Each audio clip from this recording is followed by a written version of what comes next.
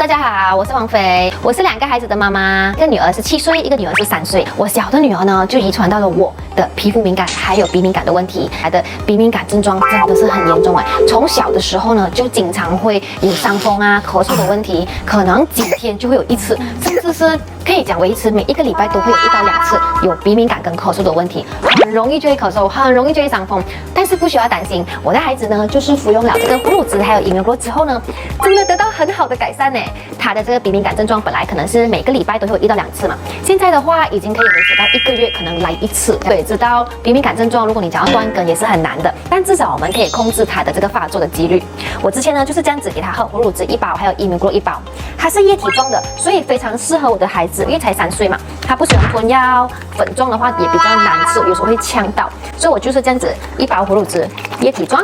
我都会倒出来给他，然后用一个针孔吸起来，然后就喂进去他的嘴巴。他也常常跟我讲 yummy yummy， 然后有时候他自己也会催着我去讲，妈咪妈咪我要喝，就是葫芦